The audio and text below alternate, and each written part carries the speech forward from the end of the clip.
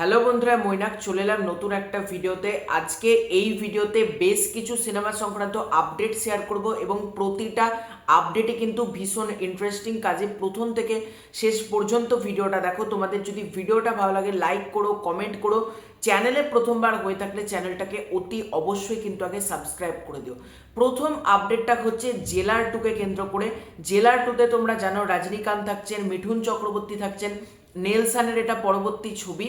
এই ছবিতে item dancer হিসেবে প্রথমে চুজ করা হয়েছিল তামান্না ভাটিয়াকে, কিন্তু যেহেতু জেলারেও তিনি কাজ করেছেন অ্যাজ আইটেম ডান্সার, সেহেতু তাকে কিন্তু এখানে রিপ্লেস করে নতুন আইটেম ডান্সার হিসেবে নেওয়া হয়েছে নোরা ফাতেহিকে।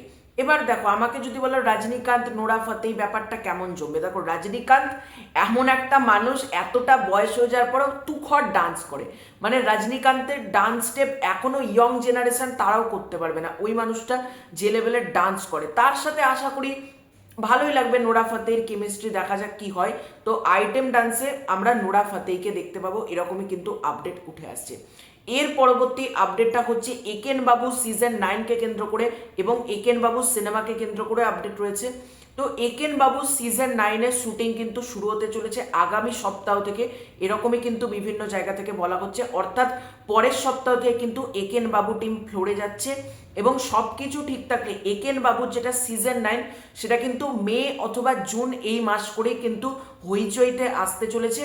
এবং একবার Eken Babu season 9-এর shooting complete হয়ে গেলে এবার কিন্তু একেন বাবুর সিনেমার কাজ শুরু হবে এবং তোমরা সকলেই জানো সিনেমাটা কিন্তু আসতে চলেছে দুর্গা পুজোতে, অর্থাৎ মে কি জুন, ওই গরমের ছুটির যে পিরিয়ড, তখন আমরা একেন বাবু সিজন 9 পাচ্ছি এবং দুর্গা পুজোতে একেন বাবুর সিনেমা পাচ্ছি।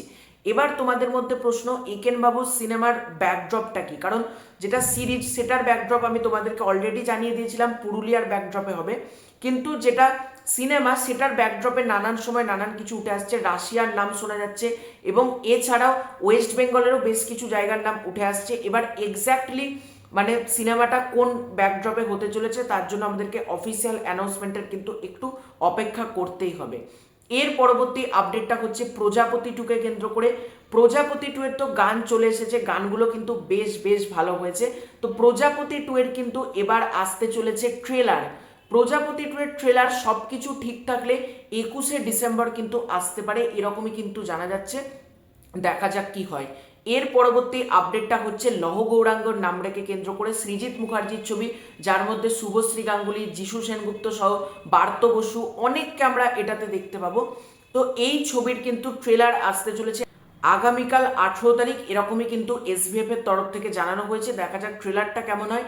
একদিকে 18 তারিখ আসছে লহ গৌরাঙ্গের নামের ট্রেলার, অন্যদিকে প্রজাপতি 2 এর ট্রেলার 21 তারিখ। অনেকে বলতে পারে ট্রেলারগুলো তো 7 দিন, এই টাইম পিরিয়ডে কেন আসছে এরকম করে? দেখো, একটা কথাই বলবো, এখনকার দিনে না শর্ট উইন্ডো প্রমোশন বা ট্রেলার রিলিজের যদি 2 দিন আগে দেওয়া হয় সেটা আমার মতে বেস্ট।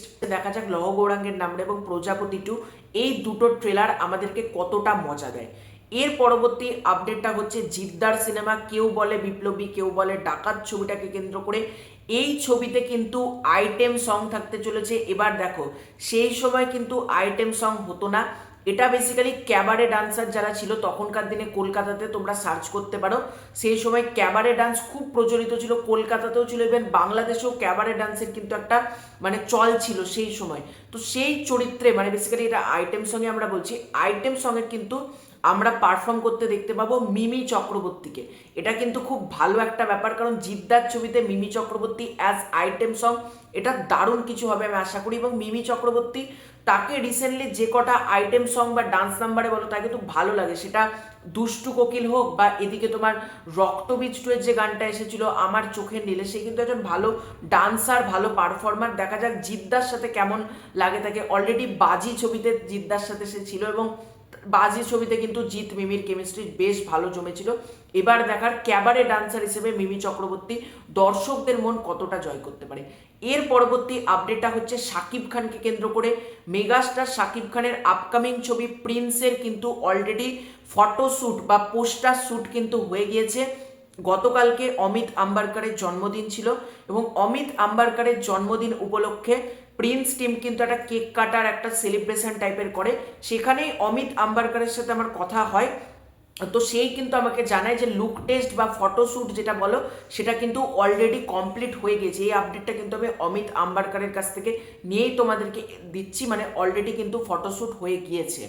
এবার দেখার পোস্টারটা কবে আসে, শোনা যাচ্ছে 20-21 তারিখ করে পোস্টারটা আসতে চলেছে। আমার মতে ক্রিসমাস বা নিউ ইয়ারের এই দুটো টাইমকে টার্গেট করলে বেশি ভালো হয়। দেখা যাক কি হয়। প্রিন্সের পোস্টার মানে প্রিন্স ছবি, বরবাদের পর তোমার প্রিন্স ছবিতেও অলরেডি কিন্তু অমিত আম্বারকার মেকআপের কাজ করছে, এবং তার সাথে যেটুকু কথা বলে আমি বুঝেছি এই ছবির কিন্তু মেকআপ মানে মাইন্ড ব্লোয়িং হতে চলেছে, যেরকম আমার কাছে খবর আছে। এবং তার সাথে কথা বলেই কিন্তু আমি তোমাদেরকে জানাচ্ছি মেকআপের কাজ বা মেগাস্টার শাকিব খানের লুক মাইন্ড ব্লোয়িং হতে চলেছে, যেটা দেখলে তোমরা ছিটকে যাবে। তো এটাই ছিল আজকের ভিডিও। তোমাদের পুরো এন্টার বিষয়টাকে নিয়ে কি মতামত কমেন্ট করে জানিও। চ্যানেলে প্রথমবার হয়ে থাকলে চ্যানেলটাকে সাবস্ক্রাইব করে দিও। খুব শীঘ্র দেখা হচ্ছে নতুন কোনো ভিডিওতে, ততক্ষণের জন্য বাই।